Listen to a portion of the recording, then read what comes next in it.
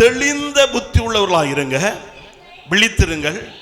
ஏனெனில் நன்றாய் கவனித்துக் கொள்ளுங்க, உங்கள் எதிராளியாகிய பிசாசானவன் கெர்ச்சிக்கிற சிங்கம் போல் எவனை விளங்கலாமோ என்று வகை தேடி சுற்றித்திர. எல்லாரும் சத்தமா சொல்லுங்களேன், ஹல்லேலூயா. நன்றாய் புரிந்து கொள்ளுங்க, நாம் ஆராதிக்கிற கர்த்தர் நம்மை வாழ வைக்கிற தெய்வம். ஆனா இனி ஒருவன் சுற்றி திரிந்து கொண்டே இருக்கிறான். எப்படி தெரியுமா?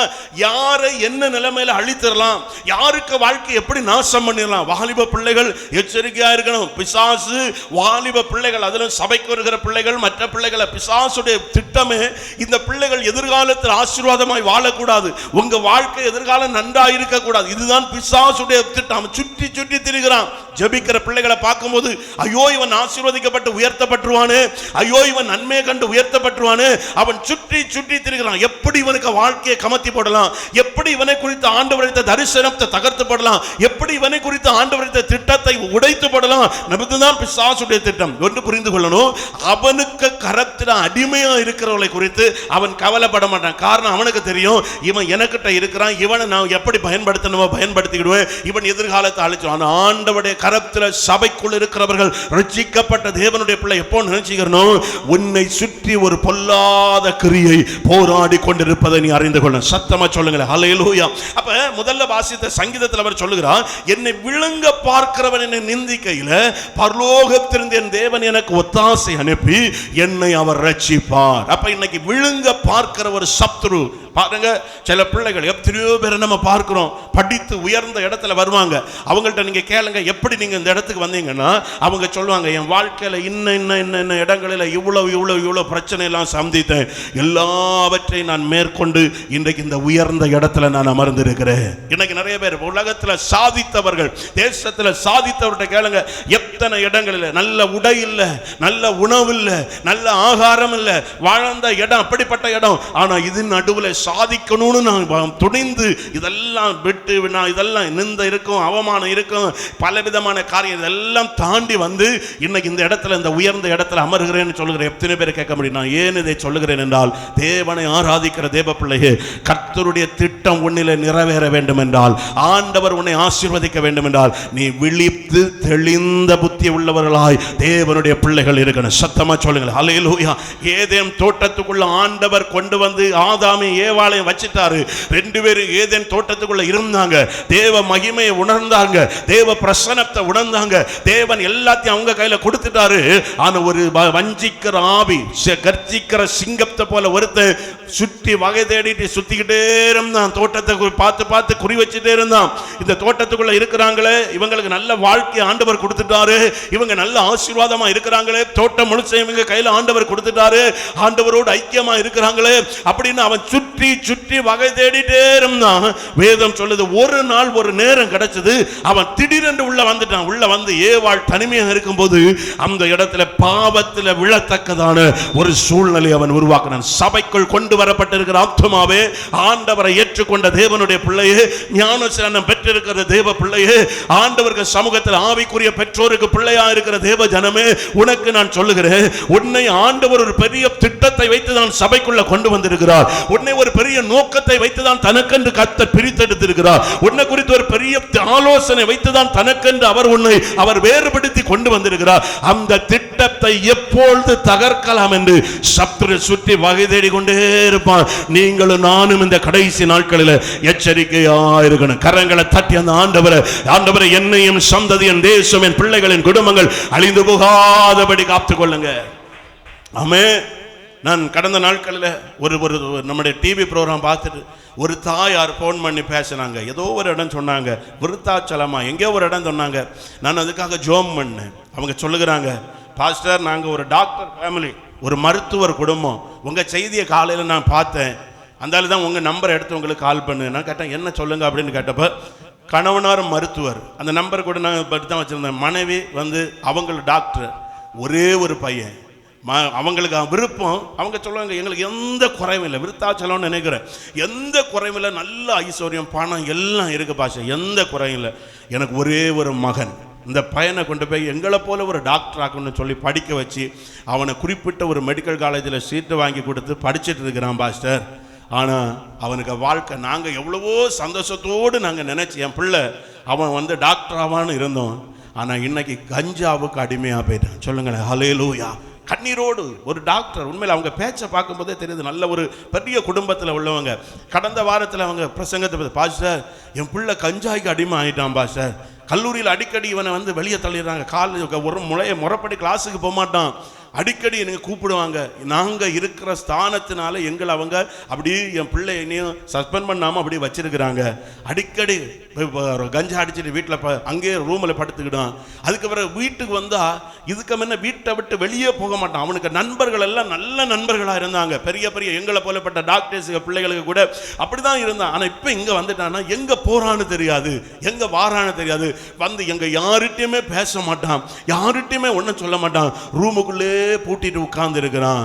அவங்க சொல்லும்போது அது எவ்வளோ வேதனை. அப்போ தான் சொன்னாங்க, நாங்கள் ஒரு சிஎஸ்ஐ கிறிஸ்தவ குடும்பத்தில் இருக்கிறோம் பாஸ்டர், எங்கள் பிள்ளைக்காக ஜெபிக்கணும். என் பிள்ளை எப்படியோ இதுக்குள்ளே விழுந்துட்டான், எங்கெங்கேயோ கொண்டு போயிட்டான், என்னென்னமோ ட்ரீட்மெண்ட்டு கவுன்சிலிங் எல்லாம் கொடுத்துட்டோம். ஆனால் அவன் அதை விட்டு மாறுறது போல இல்லை, அதுக்கு அடிமை ஆயிட்டான். என் பிள்ளை வெறும் எலும்பும் தோலுமான நிலைமையில் இருக்கிறான் அப்படி சொன்னேன். அப்போ தான் நான் அவங்களுக்காக ஃபோனில் ஜோம் பண்ணேன். அதுக்கு நான் ஏன் சொல்லுகிறேன், அந்த பையனை நல்லா படிக்க வச்சாங்க. நல்ல பையன்தான்.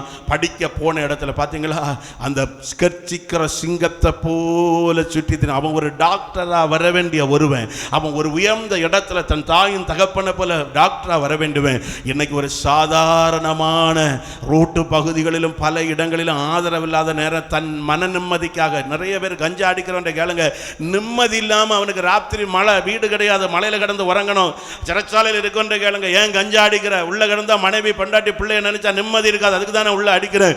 அப்படிப்பட்ட ஒரு சூழ்நிலை. இவ்வளவு பெரிய உயர்ந்த இடத்துல இருந்த ஒரு பையனை கஞ்சாய்க்கு அடிமையா போயிருக்கிறானா? காரணம் என்ன தெரியுமா? ஒரு கர்ஜிக்கிற சிங்கம் யாரை விழுங்கலாமோ, யாருடைய எதிர்காலத்தை கெடுக்கலாமோ என்று சுற்றி திரிகிற ஒரு கர்ஜிக்கிற சிங்கம் உண்டு. வாலிப பிள்ளைகள் இந்த வார்த்தையை கேட்கிற உங்களுக்கு சொல்லுகிறேன், பெரியவர்களுக்கு நான் சொல்லுகிறேன். பெரியவங்க நினைக்கலாம் குடிப்பழக்கம், அதெல்லாம் இல்ல.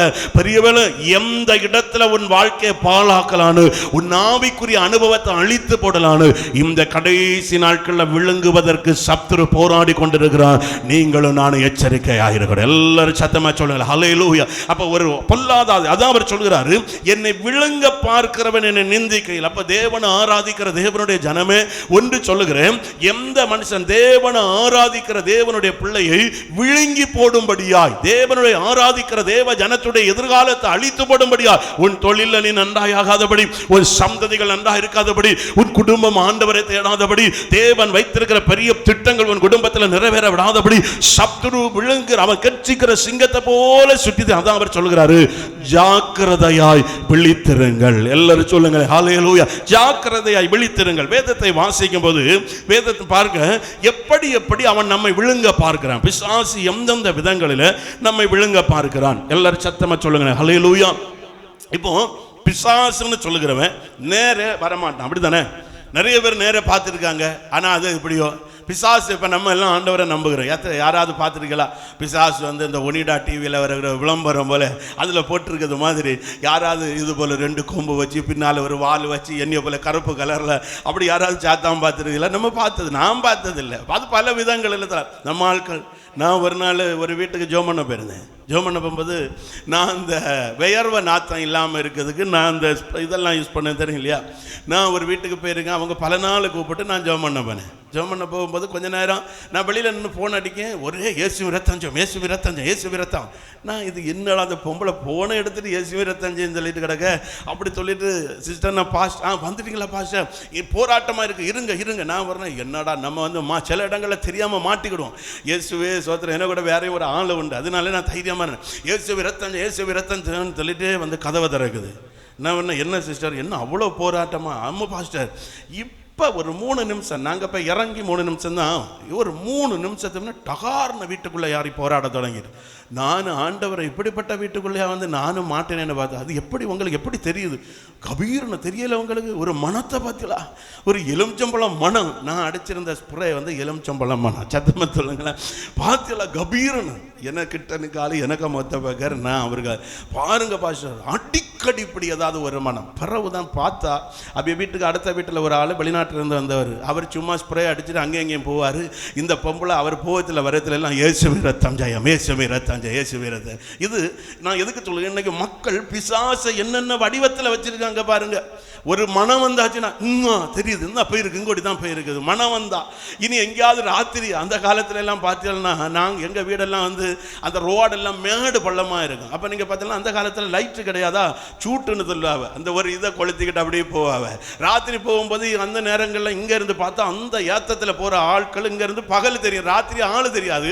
அவன் லைட் இல்லாததுனால, ஸ்ட்ரீட் லைட் இல்லாததுனால அவன் ஒரு பெரிய சூட்டை கொளுத்தி இப்படி வச்சுட்டு போவாங்க வெளிச்சத்துக்காக.